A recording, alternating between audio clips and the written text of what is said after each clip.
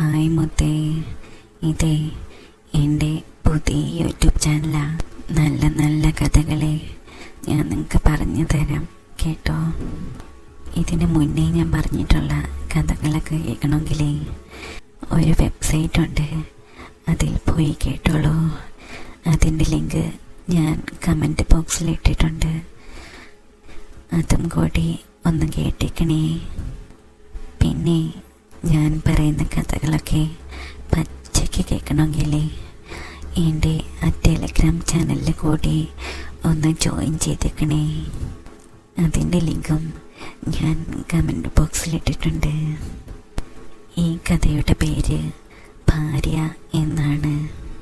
ഒരു ഭാര്യയുടെയും ഭർത്താവിൻ്റെയും ജീവിതത്തിൽ മറ്റാളുകൾ കടന്നു വരുന്നതാണ്. ഈ കഥയുടെ പശ്ചാത്തലം വാട്സപ്പിൽ വന്ന ഫോട്ടോ മെസ്സേജ് കണ്ട് എന്ത് ചെയ്യണമെന്നറിയാതെ ഞാനിരുന്നു. അത് വേറൊന്നുമല്ല, എൻ്റെ ഭാര്യ സ്വപ്ന സുന്ദരമായ ഒരു മോഡലിനെ പോലെ പോസ് ചെയ്ത് കൊണ്ടുള്ള ഒരു ഫോട്ടോ. ഇതിൽ എന്താ ഇത്ര ആശ്ചര്യപ്പെടാൻ എന്നല്ലേ നിങ്ങൾ ചിന്തിക്കുന്നത്? അത് മനസ്സിലാക്കണമെങ്കിൽ നിങ്ങളുടെ ഭാര്യയുടെ മറ്റൊരാളെടുത്ത ഒരു കിടിലം ഫോട്ടോ നിങ്ങളുടെ ഫോണിലേക്ക് വരണം. അതെ, അത് തന്നെ, സ്കൈ ബ്ലൂ കളറിലുള്ള ഒരു കച്ച, പിന്നെ താഴെയായി ജീൻസ് ബട്ടണിടാതെ കഴുത്തിൽ താലിമാല. അത് അവളുടെ ചാല് വരെ എത്തി നിൽക്കുന്നു. കാതിൽ സ്റ്റഡോട് കൂടിയ സ്വർണ്ണക്കമ്മൽ, നെറ്റിയിൽ വട്ടത്തിലുള്ള ചെറിയ പൊട്ട്, കാലിൽ സ്വർണ്ണ പാദസ്വരം, കൈ രണ്ടും ഇടുപ്പിൽ കുത്തി വശ്യമായ ഒരു ചിരിയോടെ അവൾ നിൽക്കുന്നു. മുടി അലസമായി പിറകിലേക്കിട്ടിരിക്കുന്നു. അവളെ സ്ലീവ്ലെസ് ആയിട്ടുള്ള ഡ്രസ്സ് ഇട്ട് കാണണം എന്ന അതിയായ ആഗ്രഹവുമായി നടക്കുമ്പോഴാണ് ബാംഗ്ലൂരിലേക്ക് ഒരു യാത്ര പോകുന്നത്. അവൾ ഡ്രസ്സ് ഇടുമ്പോൾ എല്ലാവരെയും അത്യാവശ്യം കാണിച്ച് നടക്കണം എന്ന ചിന്താഗതിക്കാരനാണ് ഞാൻ. അവിടെ നിന്ന് നിർബന്ധിച്ച് വാങ്ങിയ ഒരു സ്ലീവ്ലെസ് ടോപ്പ് എൻ്റെ ആഗ്രഹ പൂർത്തീകരണത്തിന് വേണ്ടി അവൾക്ക് ഇടേണ്ടി വന്നു. അതിട്ട് നടക്കുമ്പോൾ ഉള്ള അവളുടെ ഭാവം, എല്ലാവരും അവളെ കണ്ണുകളാൽ പലതും ചെയ്യുകയായിരുന്നു പോലും. ഇനി ഞാൻ ഈ ഡ്രസ്സ് ഇടണമെങ്കിൽ എനിക്ക് ഇതിന് മുകളിലിടാനും എന്തേലും കൂടി വാങ്ങിക്കോ എന്ന് പറഞ്ഞ് എന്നെക്കൊണ്ട് അന്ന് തന്നെ വാങ്ങി വെച്ച ഷ്രഗാണ് ഇപ്പോൾ ഇട്ടിരിക്കുന്ന ഈ സാധനം. എന്തൊരു വിരോധാഭാസമാണല്ലേ. അന്ന് കൈയില്ലാത്ത ഡ്രസ്സൊന്നും ഇടാൻ പറ്റില്ല എന്ന് പറഞ്ഞു. ഇന്നോ കൈയൊഴികെ ബാക്കിയൊക്കെ കാണാവുന്ന വിധത്തിലായി. അല്ല, അവളെ തെറ്റി പറയാൻ പറ്റില്ല. ഇതിൻ്റെയൊക്കെ ഉപജ്ഞാതാവ് ഞാനല്ലേ. സാധാ നാട്ടിൻപുറത്തുകാരിയായ എൻ്റെ പ്രിയതമയെ ബ്രെയിൻ വാഷ് ചെയ്ത് ഈ നിലയിലേക്ക് എത്തിച്ചതും എൻ്റെ ഫാൻ്റസി നിറവേറ്റാൻ തന്നെയല്ലേ. ഭർത്താക്കന്മാരോടാണ് എൻ്റെ ഈ ചോദ്യം. നിങ്ങൾക്ക് ആഗ്രഹമില്ലേ നിങ്ങളുടെ ഭാര്യ വേറെ ഒരുത്തൻ കോർത്ത് പലതും ചെയ്യപ്പെടുന്നത് കാണാൻ? അവൻ്റെ ഇടയിൽപ്പെട്ട് സുഖിക്കുന്നത് കാണാൻ അതിയായ ആഗ്രഹമില്ലേ? അവളുടെ കരച്ചിലും ശീൽക്കാരങ്ങളും കേൾക്കണമെന്ന് ആഗ്രഹമില്ലേ? കാമുകന്മാരെ, നിങ്ങൾക്കുമില്ലേ നിങ്ങളുടെ കാമുകിമാർ ഇതുപോലെ ചെയ്യണമെന്ന്? അതൊരു തെറ്റാണെന്ന് തോന്നുന്നവരുണ്ട്. അവരോട് പറയാനുള്ളത്, സ്വന്തം ഭാര്യയ്ക്ക് മാക്സിമം കൊടുക്കാൻ പറ്റുന്ന അത്രയും സുഖവും സന്തോഷവും കൊടുക്കുമ്പോഴാണ് ഒരു ഭർത്താവ് അവൻ്റെ പൂർണ്ണത കൈവരിക്കുന്നത്. എൻ്റെ മോട്ടിവേഷൻ കേട്ട് ഇതിന് ഇറങ്ങി പുറപ്പെടുന്നവരോട് രണ്ടുപേരും പൂർണ്ണമായും മനസ്സിലാക്കുക, കൂടെ കൂടാൻ പറ്റുന്ന പാർട്ട്ണറിനെയും നല്ലവണ്ണം സ്റ്റഡി ചെയ്ത് പറ്റാവുന്ന ആളാണെങ്കിൽ മാത്രം മുന്നോട്ട് പോവുക. അല്ലെങ്കിൽ ഉള്ള ജീവിതം തുലയും. എൻ്റെ പേര് രാഹുൽ. ഒരു കമ്പനിയിൽ മാനേജറായി വർക്ക് ചെയ്യുന്നു. ഒരു മിഡിൽ ക്ലാസ് ഫാമിലി. ബിടെക് കഴിഞ്ഞ ഉടനെ ജോലിക്ക് കയറി. കുറച്ച് കഷ്ടപ്പാടാണെങ്കിലും ഇവിടെ വരെ എത്തി. ഭാര്യ സ്വപ്ന. കല്യാണം കഴിഞ്ഞ് 4 വർഷമായി. മാനേജറാവും മുന്നേ തന്നെ ഞാൻ കല്യാണം കഴിച്ചിരുന്നു. അച്ഛനും അമ്മയും കൂലിപ്പണി. കല്യാണം കഴിഞ്ഞ നാളുകൾ നല്ല രസമായിരുന്നു. ദിവസവും പലതരത്തിലുള്ള കളികൾ. പല രീതിയും പരീക്ഷിച്ചത് കൊണ്ട് മടുപ്പുണ്ടായിരുന്നില്ല. കുറേയൊക്കെ ബുദ്ധിമുട്ടാണെങ്കിലും അവളും കട്ടയ്ക്ക് കൂടെ നിൽക്കും. കല്യാണത്തിന് ചില കുൽസിത വീഡിയോകളല്ലാതെ വേറെ ഒരു പരിപാടിയും ഉണ്ടായിരുന്നില്ല. തിയറി മാത്രം പഠിച്ച് പ്രാക്ടിക്കൽ എക്സാമിന് പോയാലുള്ള അവസ്ഥ അന്ന് മനസ്സിലായി. ചില വീഡിയോകളിൽ കാണുന്നത് പോലെ പെട്ടെന്ന് പൊസിഷനുകൾ മാറാൻ പറ്റില്ല എന്നൊക്കെ പഠിച്ചു. 2 പേരും ഒരുപോലെ സെറ്റാണെങ്കിൽ മാത്രമേ സ്മൂത്തായി ചെയ്യാനാകൂ. പോകെ പോകെ അവൾ എൻ്റെ മൈൻഡ് സെറ്റിലേക്ക് വന്നു. ഞാൻ ഏത് രീതിയാണ് ഉദ്ദേശിക്കുന്നത് എന്ന് മനസ്സിലാക്കി അതിലേക്ക് അവൾ എത്തുമായിരുന്നു.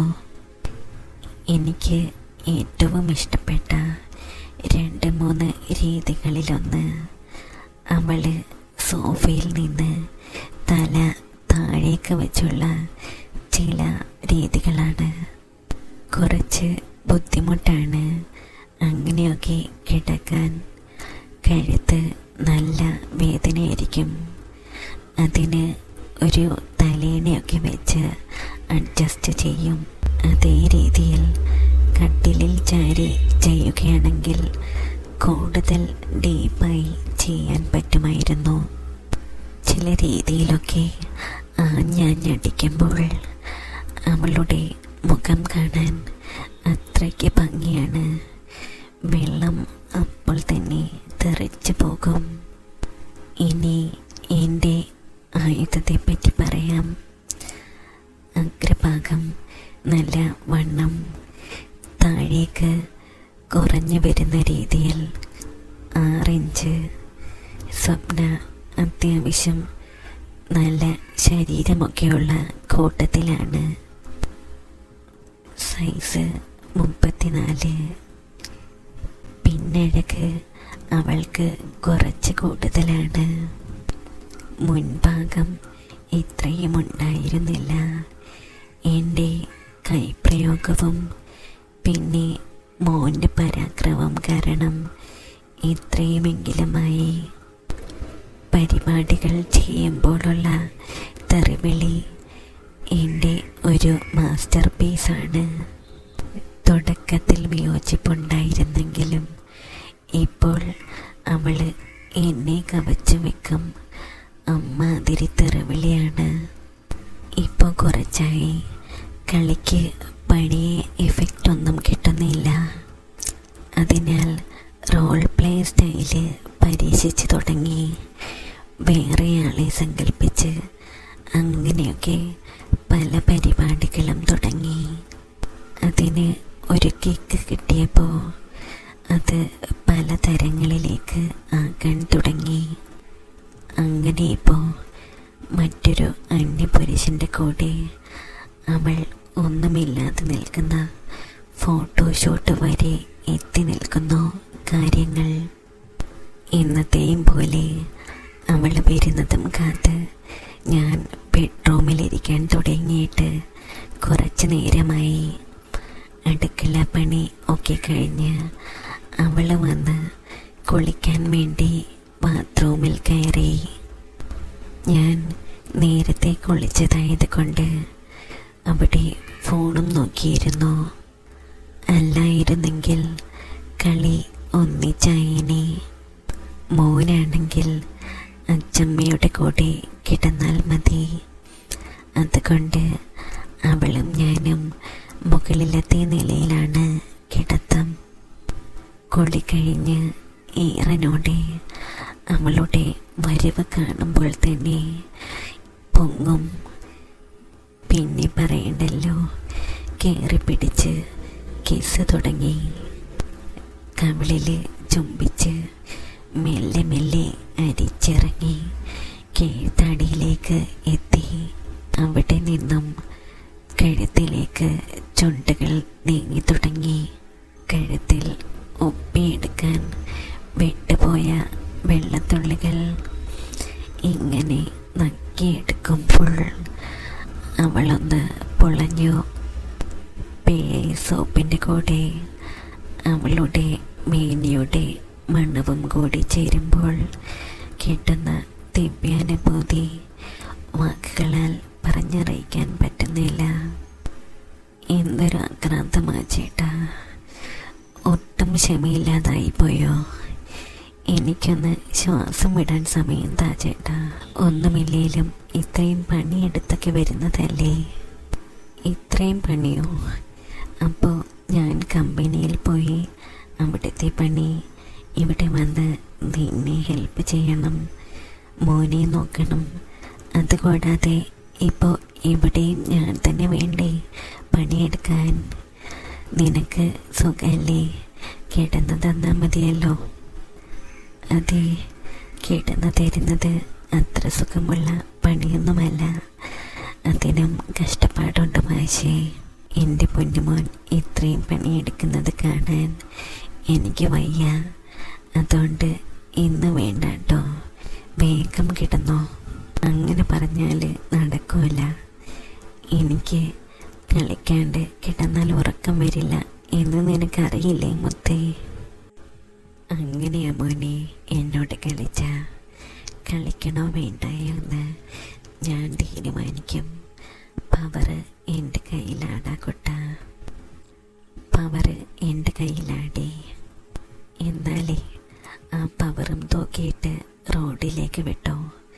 ആരെങ്കിലും കിട്ടുമെങ്കിൽ കളിച്ചോ. അതുകൊണ്ട് കാര്യമുണ്ടെന്ന് തോന്നുന്നില്ല. എന്തേ? ഞാനിതും തൂക്കിയിട്ട് പുറത്ത് പോയാൽ അടിയായിരിക്കും കിട്ടുക. അപ്പോൾ അറിയാം. പക്ഷേ ഞാനാണ് പോകുന്നതെങ്കിൽ അപ്പോൾ തന്നെ ആരെങ്കിലും പൊക്കിക്കൊണ്ട് പോകില്ലേടി. അതാണ് മോനെ പവർ. ഇനി പറ, ആർക്കാണ് പവർ? അത് പിന്നെ നിന്റെ പിറകെ മണപ്പിച്ച് നടക്കാൻ ആളുകളുള്ളോണ്ടല്ലേടി. ഞാനാരോടും എൻ്റെ പിറകെ മണപ്പിച്ച് നടക്കാൻ പറഞ്ഞിട്ടില്ലല്ലോ. ഇനി പറഞ്ഞ ആളെ കൂട്ടാനുള്ള വല്ല പ്ലാനുമുണ്ടോ മനുഷ്യ? നിങ്ങൾ പറഞ്ഞ് എനിക്ക് ചെറിയൊരു തോന്നലില്ലാതില്ല. അപ്പോൾ ഞാൻ പറഞ്ഞതിലൊക്കെ നിനക്കും ആഗ്രഹങ്ങളുണ്ടല്ലേ?